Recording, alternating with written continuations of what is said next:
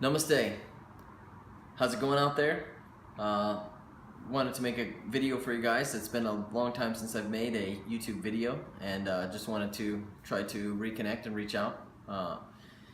So I hope everyone's doing good out there. I've currently been traveling around the continental United States, going on different adventures, and I'm sort of calling this the Playful Meandering Tour, where I just kind of move from place to place and visit good friends and work on different projects.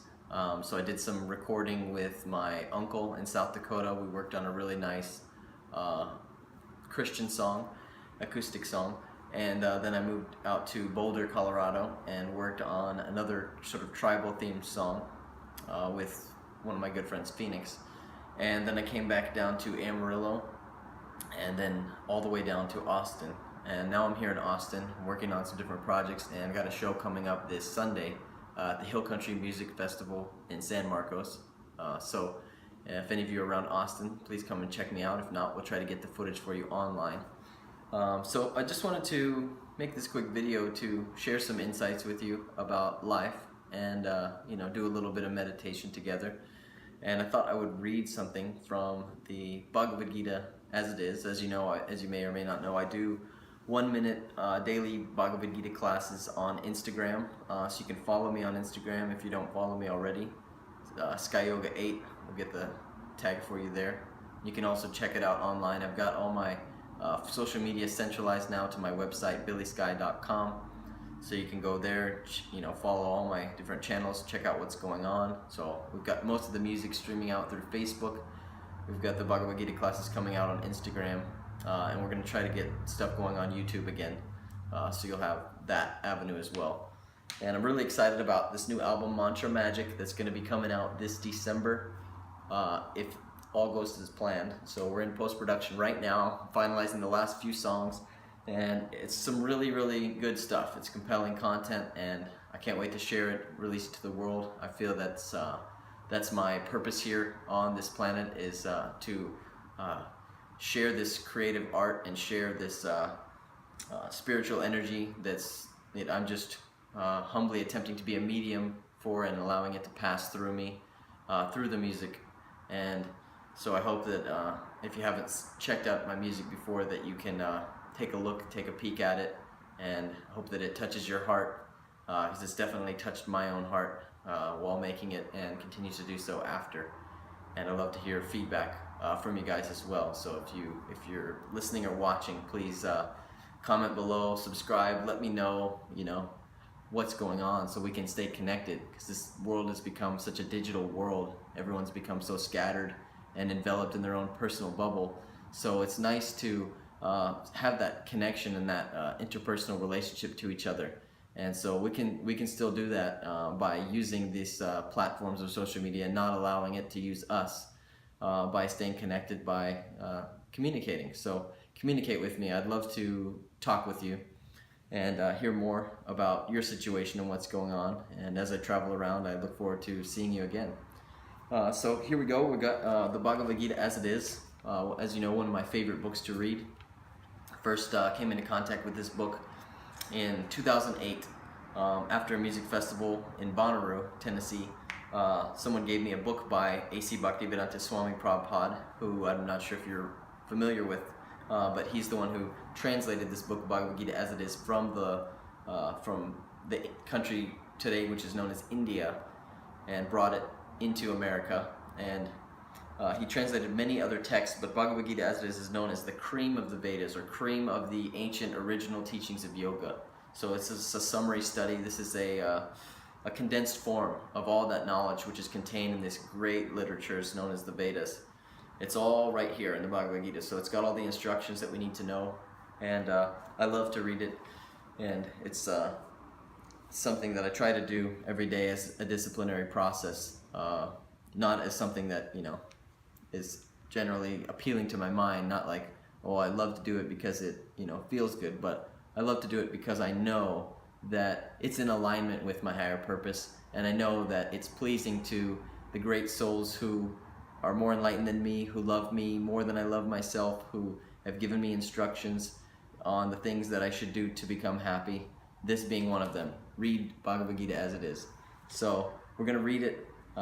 This is chapter 12, text 10, which is just some very basic instructions, and it's some instructions that can be applied to anyone, anywhere in the world. Really far out instructions. So no matter where you're at in life, no matter what your caste, creed, religion, race, age, anything, you can apply this knowledge here, because it's beyond all labels. It has to do with those qualities about yourself as a living being that you can't change. So you could join a particular religion and then leave it later. You could be born in a certain country this time and not be born in a certain country next time. So there are certain things about you that can change. The body can change, when it dies, it's obviously going to change. You're not going to have it anymore. So there are certain things about you as a living entity that cannot change no matter what.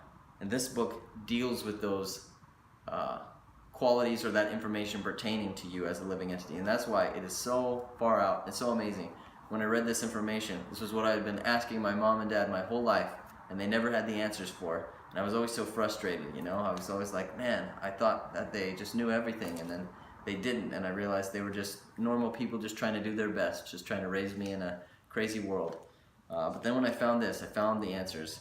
And so let's take a look at these answers, and regardless of whether you are a believer or not, let's look at it from a pragmatic perspective, from a scientific perspective of this book being a conversation between Krishna and Arjuna. Arjuna being a great surrendered devotee, not completely surrendered in the beginning, but towards the end, a surrendered devotee of the Lord. And so from that perspective of a person who has cultivated this attachment and this mood of love for God, okay? So God is giving him some instructions here, and Arjuna is receiving the instructions humbly, with a submissive attitude, not being proud, not being arrogant. So if we can set aside pride and considerations just for the sake of pragmatically examining this book to see what is the value of this devotion that Arjuna has, we can be greatly benefited. So this is chapter 2, text 10. This is a prayer of invocation that I'll usually say, or people will usually say before reading a sacred text. Om Namo Bhagavate Vasudevaya. So the Sanskrit here is Abhyase Pi Asamrato Si Mat Karma Paramo Bhava Mad Artam Api Karmani Kurban Siddhim Avabhyashi. Translation: if you cannot practice the regulations of Bhakti Yoga, then just try to work for me. Because by working for me, you will come to the perfect stage. So this is pretty amazing, because the regulations of Bhakti Yoga can be extremely difficult for a person or an individual that's conditioned by the modes of material nature, which we all are. And for some reason or another in my life, I've been lucky enough by different grace to come in contact with different people that are practicing the regulations of Bhakti Yoga in such a degree that I've actually somehow been able to adopt those and practice them myself, and experience the results of practicing these regulations, which are amazing.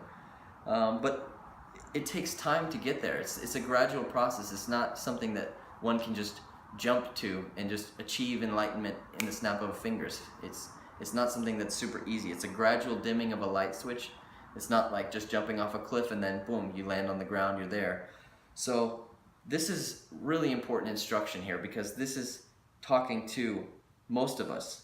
If you cannot practice the regulations of Bhakti Yoga, then all you got to do is try to work for me. In other words, who are we working for here? We're working for ourselves. We do some work and we want to achieve the result of that work. We want to take home that paycheck, and we want to open up the online shopping or the catalog, the magazine, or the shopping center, and then we want to go spend that money, and we want to go get some enjoyment out of that. So we're working for ourselves here, and this is one of the big problems that's keeping us in this cycle of slavery, keeping us trapped into this dimension of suffering where we can't actually experience the joy and the satisfaction that is our birthright, that we are destined to achieve. And so here's the answer. It's saying by working for me, you will come to the perfect stage. In other words, you will achieve perfection by offering the results of your work back to God. So, for a person that has maybe difficulty with the concept of God, or is confused about God, there are many different scientific analogies that we can look at. But one really good example that I read in the book by Tusta Krishnaswamy was that I can go out and I can create a model of the solar system, or something, an incredibly complex model. And I can take it home and I can show it to my teacher, say it was for a class project, and the teacher says, good. And that model, we know, was created with what were involved in creating it. Intelligence, there was willpower, there was different things that went into molding and choosing and deciding how things went in a certain way in order for the great system to do something mechanical or whatever it may be. So if we look around at the massive complexity of the world around us, you can easily see how there's an implication that there's an intelligence behind all of it. There's an implication, because when you create something which is less complex, it requires intelligence. So if you increase the complexity of that creation, then it would also imply that the intelligence would have to increase as well. So there is that, and there is also the fact that you don't see intelligence floating around as just a blob or a impersonal form. Intelligence, we only find that with personality. It goes hand in hand. So intelligence would imply that there is a personality that is behind the creation of this incredibly intricate and complex system which is around us. And we also know that through the law of thermodynamics, that matter generally over time tends to deteriorate or become less complex when left alone. And so when we see that certain things are becoming more complex, it means that it's going against that law of thermodynamics. And so, like, if you look at, for example, the life of an insect or the life of a plant or this and that, you'll notice that it's becoming more complex. It's growing, it's metabolizing, it's reproducing, it's decaying. So there's a certain symptom that we have of living beings that we don't find in dull matter. And so this is also an implication that there is another type of energy, or a spiritual energy, which is separate from matter itself, and which causes the reverse effect of that law of thermodynamics. So instead of that matter deteriorating and becoming less complex and molding down into nothing, it becomes more complex. It reproduces. Of course, then the body will dwindle and vanish. But that process implies that there's a presence of a living entity there. There's the presence of something that's beyond just matter, beyond just our senses. So in the yoga system, it's described that there's two ways that we can accumulate knowledge. One way being the ascending process, which is I try to grasp everything with my mind.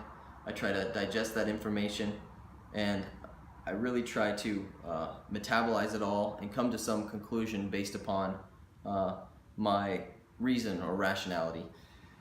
But there is also the descending process. And the descending process is where I check that information based upon three ways in which knowledge can descend from me, from the absolute plane. And the descending process is more authoritative, because there's one flaw with the ascending process, and that being the same flaw that is found in all humans, which is that we have four defects. We have the propensity to cheat, we have the propensity to fall under illusion, we have the propensity to forget things, and we have imperfect senses. In other words, I can't see everything that's going on. I'm limited. So because of that, any knowledge that I can gain on my own is going to be limited by my capacity. So I only have a limited capacity. I'm not omnipotent. But because I know I'm not omnipotent, if I'm a completely perfect in my logic, then I can understand that I cannot claim that for sure there is no one that is omnipotent, or there is someone that is omnipotent. I can't claim that for sure, right? Because I don't know.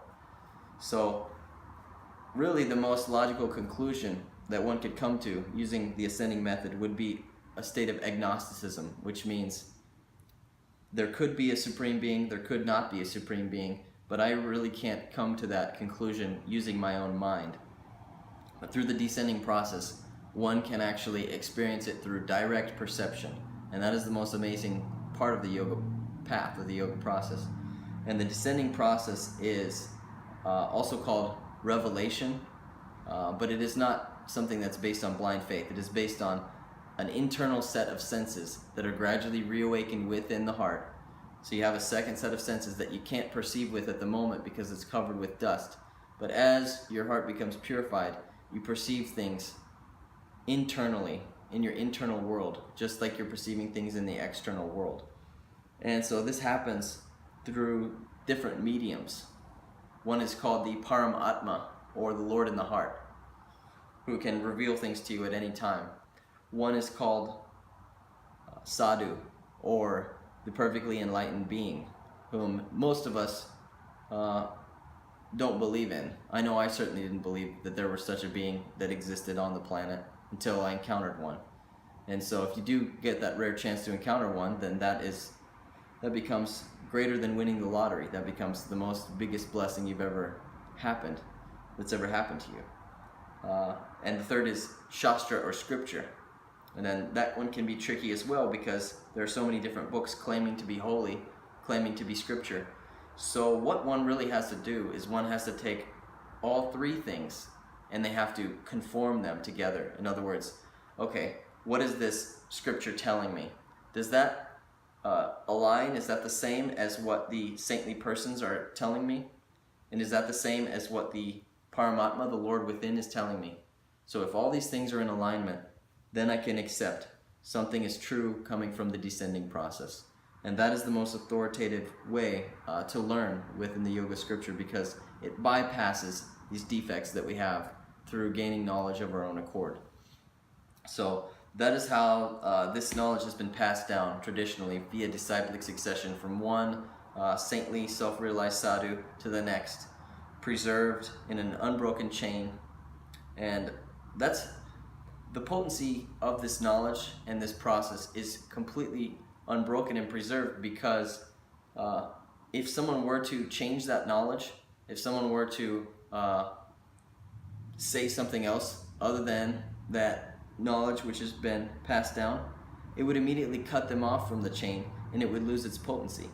So there's a saying that you can know a tree by its fruits. In other words, any scientific process is repeatable and obtainable for the same result that it was experienced in the first time when the experiment was produced and reproduced, and you get the same result every single time you do it. So just like that, this process of bhakti yoga, there are certain things that you apply in your life, certain results that you achieve based upon that application, and just like any experiment, you achieve the fruit of that. And the fruit is this second set of senses awakening in your heart, this direct perception, this joy, love, satisfaction, bliss, unlike anything that can be experienced through the physical senses of the body with drugs, or whatever it may be that we're always trying to squeeze some enjoyment. We're looking for something so bad here. We're chasing after it hardcore, and this is the solution. This is the answer.